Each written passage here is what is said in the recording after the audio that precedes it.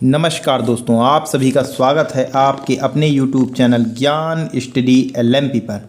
दोस्तों, आज हम लोग सामान्य ज्ञान में भारतीय संविधान को पढ़ने वाले हैं और भारतीय संविधान की अगर हम बात करें तो आज हम लोग राज्यसभा को पढ़ेंगे। भारतीय संविधान में राज्यसभा को पढ़ेंगे। तो आइए दोस्तों, आज की क्लास शुरू करते हैं। क्लास शुरू करने से पहले अगर आप चैनल पर पहली बार आए हैं तो चैनल को सब्सक्राइब कर लें, साथ में बेल आइकन को अंडर प्रेस कर लें जिससे अगली क्लास की जानकारी आपको मिल सके। तो आइए दोस्तों, क्लास शुरू करते हैं। आज का हमारा पहला प्रश्न है, राज्यसभा किस अनुच्छेद से संबंधित है? अनुच्छेद 80, अनुच्छेद 91, अनुच्छेद 85, अनुच्छेद 83। तो राज्यसभा अनुच्छेद 80 के अंतर्गत आती है। तो राज्यसभा अनुच्छेद 80 के अंतर्गत आती है। यहाँ पर हमारा ए ऑप्शन सही हो जाएगा। अगला प्रश्न है, राज्यसभा के सदस्यों का कार्यकाल कितने वर्ष का होता है? 3 वर्ष, 5 वर्ष, 6 वर्ष, 2 वर्ष। तो राज्यसभा के सदस्यों का कार्यकाल 6 वर्ष का होता है। तो यहाँ पर हमारा सी ऑप्शन सही हो जाता है। ये दोस्तों अनुच्छेद 83(1) के अनुसार बताया गया है, राज्यसभा का विघटन नहीं होता है। सभा का विघटन नहीं होता है और इसीलिए यह एक स्थायी सदन कहलाता है। इसमें 1/3 सदस्य प्रत्येक 2 वर्ष की समाप्ति पर सेवानिवृत्त हो जाते हैं। राज्यसभा के सदस्यों का कार्यकाल 6 वर्ष का होता है। तो यहाँ पर हमारा सी ऑप्शन सही हो जाता है। आइए दोस्तों, अगले प्रश्न पर चलते हैं। अगला दोस्तों प्रश्न है, राज्यसभा कौन सा सदन है? अति उच्च सदन, माध्यम सदन, उच्च सदन, निम्न सदन। तो राज्यसभा दोस्तों उच्च सदन में आता है। तो यहाँ पर हमारा सी ऑप्शन सही हो जाता है। अगला प्रश्न है, राज्यसभा में अधिकतम सदस्यों की संख्या कितनी हो सकती है? तो 250, 545, 252, 245। तो राज्यसभा में अधिकतम सदस्यों की संख्या 250 होती है। तो यहाँ पर हमारा ए ऑप्शन सही हो जाता है। संविधान के अनुच्छेद 80 में राज्यसभा की संरचना का उल्लेख है, जिसमें कहा गया है, राज्यों के और संघ राज्य क्षेत्रों से 238 प्रतिनिधियों और राष्ट्रपति द्वारा 12 सदस्य मनोनीत किए जाते हैं। तो इस प्रकार दोस्तों 250 सदस्य होते हैं। तो यहाँ पर हमारा ए ऑप्शन सही हो जाता है। आइए दोस्तों, अगले प्रश्न पर चलते हैं। अगला दोस्तों प्रश्न है, राज्यसभा का गठन कब किया गया? 4 अप्रैल 1953, 3 अप्रैल 1952, 10 फरवरी 1952, 10 फरवरी 1954। तो राज्यसभा का पहला गठन दोस्तों किया गया था 3 अप्रैल 1952। तो यहाँ पर हमारा बी ऑप्शन सही हो जाएगा। अगला प्रश्न है, राज्यसभा में वर्तमान सदस्यों की संख्या कितनी है? 245, 552, 545, 250। तो वर्तमान सदस्यों की अगर दोस्तों बात करें तो यहाँ पर हमारा ए ऑप्शन सही हो जाएगा, 245।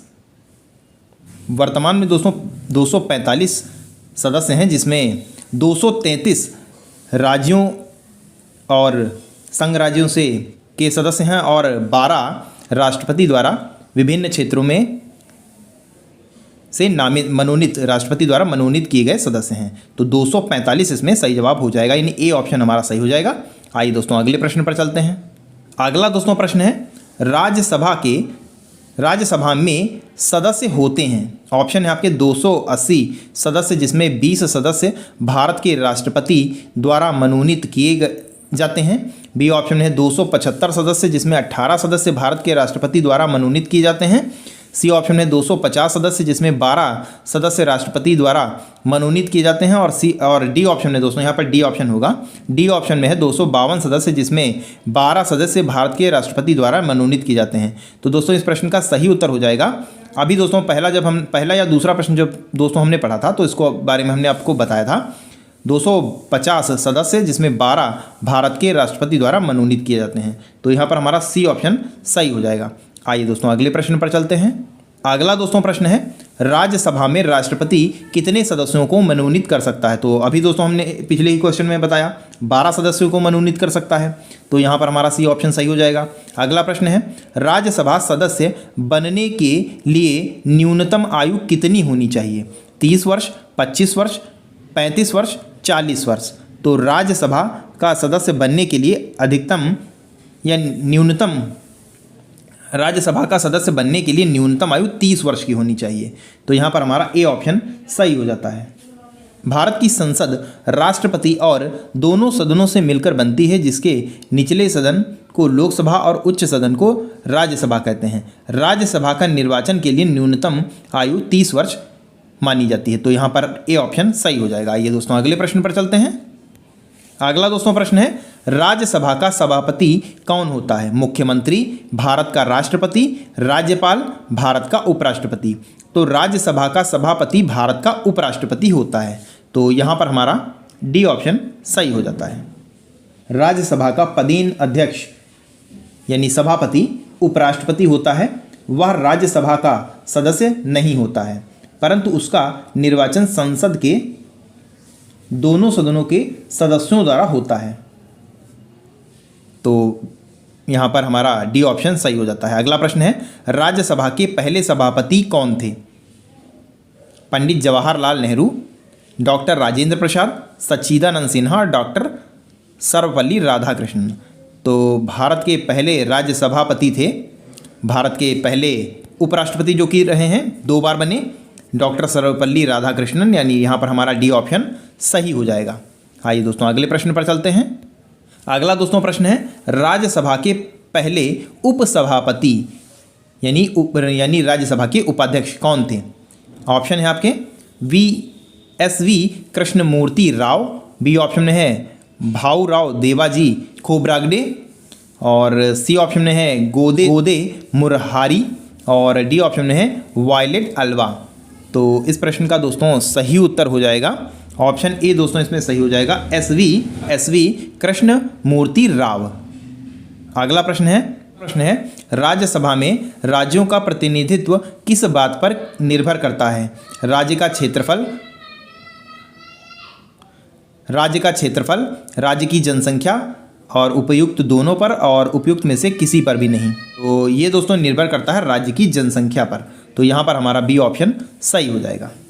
राज्यसभा में राज्यों को प्रतिनिधित्व उसकी जनसंख्या के अनुपात में दिया गया है। इस प्रकार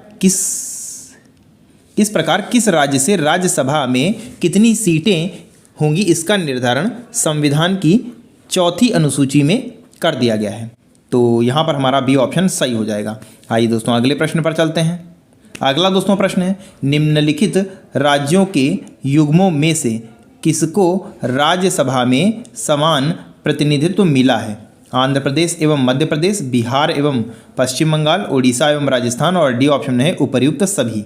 तो इस प्रश्न का दोस्तों सही उत्तर है इसमें दोस्तों उपयुक्त सभी यानी डी ऑप्शन हमारा सही हो जाएगा। अगला प्रश्न है, निम्नलिखित में से किस संघ शासित क्षेत्र का राज्यसभा में प्रतिनिधित्व है? दिल्ली एवं पांडुचेरी, बी ऑप्शन में है लक्षद्वीप व चंडीगढ़, और डी ऑप्शन में है, और सी ऑप्शन में है दमन व, और डी ऑप्शन में इनमें से कोई नहीं। तो इस प्रश्न का दोस्तों सही उत्तर हो जाएगा इसमें दोस्तों ऑप्शन ए हमारा सही हो जाएगा, दिल्ली और पांडुचेरी। तो ए ऑप्शन हमारा सही हो जाता है। आइए दोस्तों अगले प्रश्न पर चलते हैं। अगला दोस्तों प्रश्न है, किस सभा का अध्यक्ष उसका सदस्य नहीं होता है? राज्यसभा का, लोकसभा का, विधानसभा का, विधान परिषद। तो अगला दोस्तों प्रश्न है, किस सभा का अध्यक्ष उसका सदस्य नहीं होता है? राज्यसभा, लोकसभा, विधानसभा, विधान परिषद। तो दोस्तों राज्यसभा का जो अध्यक्ष होता है वो उसका सदस्य नहीं होता है। तो यहाँ पर हमारा ए ऑप्शन सही हो जाएगा। अगला प्रश्न है, राज्यसभा में गण पूर्ति कोरम के लिए निर्धारित संख्या है 25, 50, 75, 100। तो ये दोस्तों होती है 25। तो यहाँ पर हमारा ए ऑप्शन सही हो जाता है। आइए दोस्तों अगले प्रश्न पर चलते हैं। अगला दोस्तों प्रश्न है, निम्नलिखित में से कौन सा कथन सही है? आपको बताना है इनमें से कौन सा कथन सही है। ए कथन में है, राज्यसभा के सभी सदस्य का निर्वाचन राज्यों की विधानसभाएं करती हैं। बी ऑप्शन में है, उपराष्ट्रपति राज्यसभा का पदेन सभापति होता है, अतः राज्यसभा का कोई सदस्य ही उपराष्ट्रपति के पद के लिए चुनाव लड़ सकता है। और सी ऑप्शन में है, लोकसभा और राज्यसभा में एक बात में अंतर है कि लोकसभा का निर्वाचन कोई भी प्रत्याशी भारत के किसी भी राज्य से लड़ सकता है, परंतु राज्यसभा का प्रत्याशी सामान्यतः वहीं का होना चाहिए जहां से वह प्रत्याशी बन रहा है। और डी ऑप्शन में है, भारत के संविधान में राज्यसभा के नामित सदस्य की मंत्री पद पर नियुक्ति का स्पष्ट शब्दों में निषेध है। तो यहाँ पर दोस्तों सही उत्तर हो जाएगा, यहाँ पर दोस्तों हमारा सी ऑप्शन सही हो जाएगा। आइए दोस्तों अगले प्रश्न पर चलते हैं। अगला दोस्तों प्रश्न है, जिन केंद्र शासित क्षेत्रों की विधानसभाएं नहीं होती हैं उनके प्रतिनिधियों का चुनाव किस प्रकार किया जाता है। ऑप्शन है आपके ए ऑप्शन में विशेष चुनाव मंडल द्वारा, उपराज्यपाल द्वारा मनोनीत, सी ऑप्शन में वहाँ की जनता द्वारा प्रत्यक्ष रूप से, और डी ऑप्शन में इनमें से कोई नहीं। तो इसमें दोस्तों सही उत्तर हो जाएगा विशेष चुनाव मंडल द्वारा। तो यहाँ पर हमारा ए ऑप्शन सही हो जाएगा। अगला प्रश्न है, राज्यसभा में किसके द्वारा सदस्यों का चुनाव होता है। संचयी मत पद्धति द्वारा, बी ऑप्शन में सापेक्ष मत पद्धति द्वारा, सी ऑप्शन में है सूची पद्धति द्वारा, और डी ऑप्शन में है आनुपातिक प्रतिनिधित्व के अनुसार एकल संक्रमणीय मत पद्धति द्वारा। तो इस प्रश्न का दोस्तों सही उत्तर हो जाता है, इसमें दोस्तों डी ऑप्शन हमारा सही हो जाएगा, आनुपातिक प्रतिनिधित्व के अनुसार एकल संक्रमणीय मत पद्धति द्वारा। तो डी ऑप्शन सही हो जाता है। आइए दोस्तों अगले प्रश्न पर चलते हैं। अगला दोस्तों प्रश्न है, राज्यसभा में किस राज्य के प्रतिनिधियों की संख्या सबसे अधिक है। बिहार, उत्तर प्रदेश, राजस्थान, और डी ऑप्शन में उत्तराखंड। तो इस प्रश्न का दोस्तों सही उत्तर है ऑप्शन बी सही हो जाता है, उत्तर प्रदेश। और अगला प्रश्न है, राज्यसभा में उत्तर प्रदेश के कितने सदस्य चुने जाते हैं। 25, 28, 31, 35। तो ये दोस्तों चुने जाते हैं 31। तो यहाँ पर हमारा सी ऑप्शन सही हो जाता है। आइए दोस्तों अगले प्रश्न पर चलते हैं। अगला दोस्तों प्रश्न है, राज्यसभा में हर दूसरे वर्ष कितने सदस्य अवकाश ग्रहण करते हैं। आधे सदस्य, 1/4 सदस्य, पूरे सदस्य, 1/3 सदस्य। तो ये दोस्तों करते हैं 1/3 सदस्य। तो यहाँ पर हमारा डी ऑप्शन सही हो जाता है। अनुच्छेद 83(1) के अनुसार राज्यसभा में यथासंभव निकटतम 1/3 सदस्य प्रति 2 वर्ष की समाप्ति पर अवकाश प्राप्त करते हैं। तो यहाँ पर हमारा डी ऑप्शन सही हो जाता है। अगला प्रश्न है, राज्यसभा सदस्य के रूप में नामित होने वाले प्रथम फिल्म अभिनेत्री कौन थी। नूतन कुमारी, नरगिस दत्त, प्रिया दत्त, मान्यता दत्त। तो ये दोस्तों थी नरगिस दत्त। तो यहाँ पर हमारा बी ऑप्शन सही हो जाता है। आइए दोस्तों अगले प्रश्न पर चलते हैं। अगला दोस्तों प्रश्न है और आज का हमारा अंतिम प्रश्न है, राज्यसभा अध्यक्ष के रूप में 2 बार कार्य किसने किया था।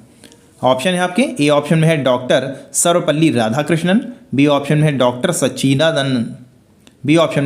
सच्चिदानंद सिन्हा, सी ऑप्शन में है पंडित जवाहरलाल नेहरू, और डी ऑप्शन में है डॉक्टर राजेंद्र प्रसाद। तो इस प्रश्न का दोस्तों सही उत्तर हो जाता है डॉक्टर सर्वपल्ली राधाकृष्णन। तो ए ऑप्शन सही हो जाता है। डॉक्टर सर्वपल्ली राधाकृष्णन 2 बार उपराष्ट्रपति पद पर रहे और उसी दौरान इन्होंने राज्यसभा का 2 बार अध्यक्ष पद पर कार्य किया। तो यहाँ पर हमारा ए ऑप्शन सही हो जाता है। तो दोस्तों आज के लिए बस इतना ही। कैसी लगी आज की क्लास कमेंट करके ज़रूर बताएं। और दोस्तों अगर आपको आज की क्लास पसंद आई हो तो लाइक करें। और अगर दोस्तों किसी भी प्रश्न में आपको कोई भी डाउट हो तो आप कमेंट बॉक्स में पूछ सकते हैं, आपके डाउट का हल तुरंत किया जाएगा। और तो आज के लिए बस इतना ही, मिलते हैं अगली क्लास में। तब तक के लिए नमस्कार, जय हिंद, जय भारत।